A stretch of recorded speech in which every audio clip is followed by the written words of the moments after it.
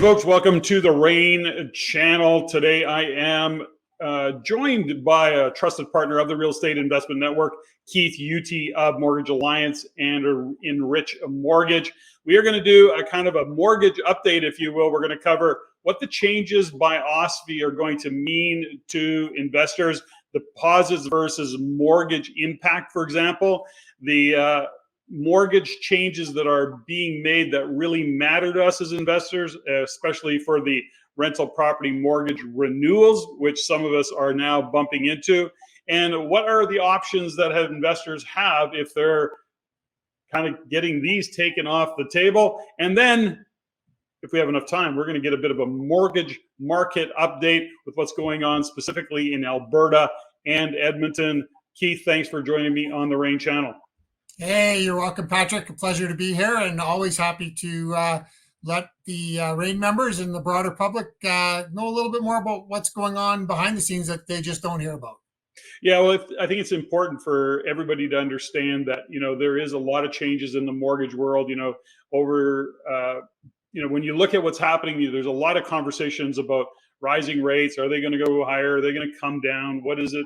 Where is the end in sight, if you will, in terms of mortgage interest rates? But that's only a part of the equation. In behind the scenes, to your point, we know that OSFI has made some changes, or at least are talking about some changes, which is going to impact investors in terms of what they need to put down. It's going to impact investors in terms of how they need to qualify. So why don't we take on OSFI first, kind of give us the background of what OSFI is doing.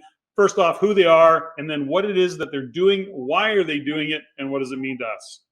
Yeah, so OSFI, the Office of Superintendent of Financial Institutions.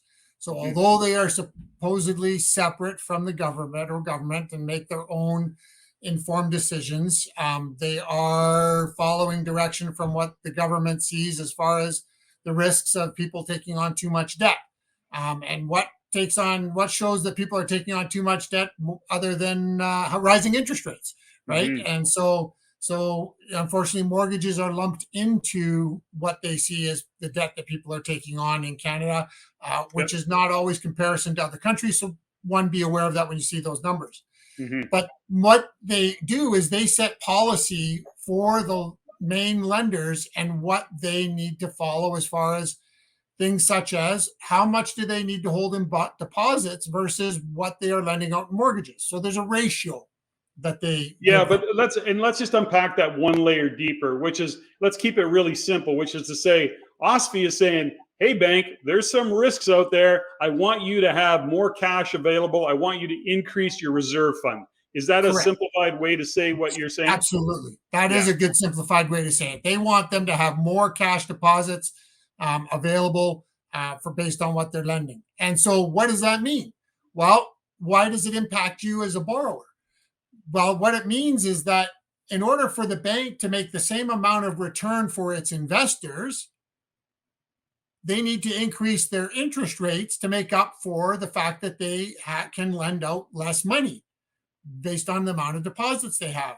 Mm-hmm. So the long-term effect of this is that the viewpoint from those that believe interest rates are going to come down, they need to adjust their thinking. That also includes that they're not going to come down as much as they once would have, because this is the second time that OSFI has lowered this leverage increased reserves. They told the banks, wasn't it about a year ago, they told the banks increase your reserves. So part of that is to reduce risk to the bank. That's what it's all about. They're anticipating that there's going to be perhaps some bad debt coming with mortgages that maybe collapse and or people not being able to pull them off. That is in fact actually happening, starting to increase. Numbers I saw today was year over year, it's up about 8% of what people not paying. So that's not saying they're going into foreclosure yet, but you can probably anticipate that there will be happening. So and then one layer of clarity in all in all of this as well, Keith, I think is important for listeners to understand, is that, to your point, because the bank has to have more money tied up, sitting there doing nothing, they increase interest rates to get a better return on that capital. Call it lost opportunity cost, I guess, is really what I'm hearing you saying in all of that. And so that interest rate does play a part. I think we need to clarify too, is that neither you or I think that interest rates are going to come back down to, 2% or 2.5%. We'd probably be high-fiving if in the next 18 months or 2 years, they're back down into the low fours or maybe even 4%. I don't know what's your view on that, Keith? Well, with these changes, I think that we will be hard pressed to see conventional uninsured mortgage rates to push below 4.5%. Yeah. So because the spread that the banks are taking between high ratio insured mortgages and conventional uninsured mortgages right now is in the range of about 0.7%. That's what the spread is. So if high ratio insured mortgages get to 3.75, well, that means their conventionals are going to be 4.45. So I think we're going to be hard pressed to get below that 4.5% on conventional uninsured mortgages going forward, as we do see. And so that leads to a whole nother level of conversations I have with clients when we're talking about what do you do?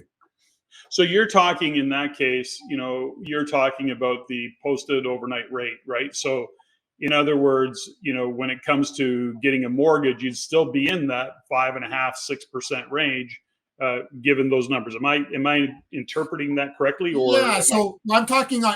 So that representation was the fixed rate. That was a fixed rate representation. As far as the prime lending rate, well, even the prime lending rate, if the prime lending rate even comes down 2% now, we're at 5.2. You're still going to be in the mid to high fours on conventional versus high ratio. So I think we have to be careful. Again, far better than 6.38. So now here's I'll give you my insight. Like I don't have a lot of mortgages that are renewing per se, and the ones that are very, very low because of course I just the age of my portfolio. But I do have one, and something, I made a call just yesterday, I think it was, and I was looking at the 2 and 3 year rate, and although they're lower, I looked at the 1 year fixed, and I don't remember what it was. It was 6.7 or something, 6.5. I don't remember what a 1 year closed fixed was. And I went, something, I'm going to roll the dice. The mortgage isn't huge. And quite frankly, I think that there'll be I think it'll come down a little bit over the next year. I'm not anticipating a lot, by the way, so let's be clear about that. But I just didn't see locking that money in closing for 2 or 3 years. Anyways, that's my view of it. What's yours? What's your view of it, Keith? Well, I tell you what, a 6.7 on a 1 year, if that's what they offered you, that's pretty darn good compared to where the rest of the market is right now. So, got it. So in that case, it likely made sense because the 3 year was probably not really that much better. And so in that case, it likely, that roll of the dice made sense for you because it was such small. When you start to see that spread be 0.5% or greater between the different fixed rate options, that's when we have to start doing some further calculations with clients to make sure that they're making the best informed decision that they can on what they want to do. These are interesting times, to say the least. So let's look at back and say, okay, what does this mean to investors, for example, given the changes that are happening in mortgages? What do we need to know as investors right now? Because going to the bank and getting capital as an investor has not gotten easier. It has again gotten more challenging. But give us some insights into what's going on in detail there, Keith. Yeah, so one of the ones that's going to impact many people who have readvanceable mortgages or have a mortgage and a separate HELOC, because there's people that have those, is the change that's coming as of October 31st, where the government is implementing limitations on the percentage of what the readvanceable portion of your mortgage can be. So as an example, and not every lender is impacted the same. Every lender might have their readvanceable mortgage set up differently or in different manners. Yeah. So what this means is that a lender who previously said, well, we'll advance you up to 80% and 65% of that can be converted to a HELOC. Well, now it used to be if you paid off $1,000 in principal a month, $1,000 would go towards the pay down on your principal. Yep. Now that's going to be a percentage of that $1,000 that goes towards the principal, and the other percentage is going to go towards is going to just be principal paid, and you're not going to get that full $1,000 to reinvest, because they don't want they want to make sure that investors are paying down on these mortgages. What's interesting though is that of the home equity lines of credit that are out there in Canada, only 30% of them even are carrying a balance. But yet the government is targeting these. There could be other political reasons that they're doing this, but we won't go there, Patrick, because you and I could go really deep. We could. So, but like, for example, I just got a letter from Scotia in the mail that told me what the revision to my step mortgage is on one of my rental properties, and what the impact is, and what I'm going to see. So, you have to be aware of that. So where this comes into play is for investors that want to use home equity lines of credit for down payment and stuff. If they're planning ahead, they need to be now plan ahead with an adjusted view of what that's going to look like, because they're not maybe be getting. Some lenders are already set up in a specific way that this is not going to really impact the way they were already set up, but others it is. So you just have to know. And credit unions don't have to abide by this. However, they generally do follow. Okay, so let's, I want to tighten this all up and clean this, because I know that for some listeners, this is going to be Greek of what we're trying to share with them. And so I guess the Cole's notes of it, if I'm going to keep this really simple, is this, folks, is that right now, do not, and I can't stress this enough, don't limit yourself to walking in the door of any of the standalone financial institutions, the big five, the credit unions. I just am going to tell you that I believe strongly, and I have a lot of evidence for it, is that your best move is to reach out to a broker like Keith. Now, consider that they have way more options. They understand what each bank is doing, and then they can take a look at your overarching portfolio, your overarching financial situation, what it is you're working backwards from, and then start to play the game, play the chess game of saying, okay, how do we want to put this in place for you? So I want to just kind of get it back to this. Now, you talked about credit unions, you talked about what banks are doing, you talked about I've lost the term out of my brain. Readvanceable mortgages. Readvanceable mortgages, the changes that are happening there. So it's all to say this: reach out to a qualified investor-focused mortgage broker. Keith, of course, is a trusted partner, so we're saying reach out to Keith and let him guide you through that. Okay, final topic that we got to talk to. Is there any other options for those investors who are bumping up against the wall? Is there any kind of, are you seeing a path that is going to make it easier for investors today, or are we looking down the road going, listen, hang on tight, do what you can, negotiate the best deals you can, and we'll do what we can to get you financing? Any kind of words of wisdom there, Keith? So I think, there can be a handful of options that an investor may have on a property, depending on factors. One, who is the current mortgage with? Is it a collateral charge? That can lead to the options on the possibility of doing a transfer of that mortgage and a reamortization versus a refinance. They could possibly be, if that property was a former primary residence and has an existing insurable mortgage, that leads to different options. If it's just a single unit and they've had it for a long time, well, maybe a refinance and increasing the amortization makes sense. And in some situations, maybe actually refinancing with a B lender on a 1 or a 2 year term makes sense for them, because that's what's going to just help them bring that payment down so that they are cash flow at least cash flow even, but hopefully cash flow positive. So we have to look at each person's situation on its own. But the options will vary depending on that. But we're looking at these from a perspective of what makes sense. I just before we started today, talked to a client. They're purchasing a rental property, has an existing illegal suite.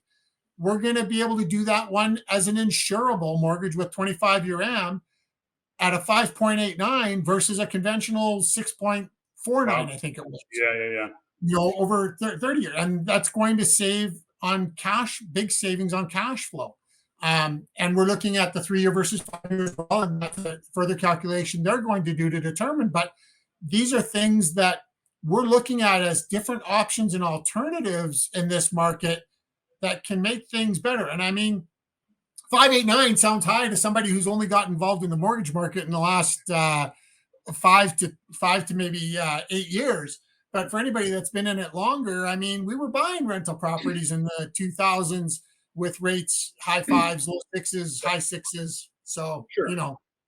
It all stays relative. I think what I really want to, again, emphasize here is that there are solutions out there for investors, but there's no doubt that you have to surround yourself with the right team. And that is an investor-focused mortgage broker, investor-focused realtor, making sure that the lawyer, the accounting, that all you have is investor-focused, understanding what's going on in today's market. So as we wind this up, Keith, I look at what's happening in Calgary. Calgary remains strong in terms of even pricing, given that listings are not going off the charts and there's a lot of inventory out there that continues to be a problem. As a province, you've got a lot of immigration going into the province, many of them landing in Calgary. However, there's what is often referred to, not my view, as Calgary's uglier sister, which is Edmonton. What have you got to say about what's going on in Edmonton and maybe some other, let's say regions, cities, whether it be Lethbridge, Grand Prairie, anything else? What's your kind of view of what's going on in the market? Is it getting softer? Are prices coming off?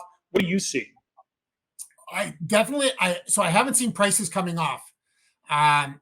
Your appraisals have all been pretty good. The only place, there's one segment of the market where I've seen prices come off a bit, and that is in the fourplex market. So clients, give you a prime example. Clients sold a fourplex it was a suited legal duplex, sold it in the spring for 1.2 or 1.25, can't remember.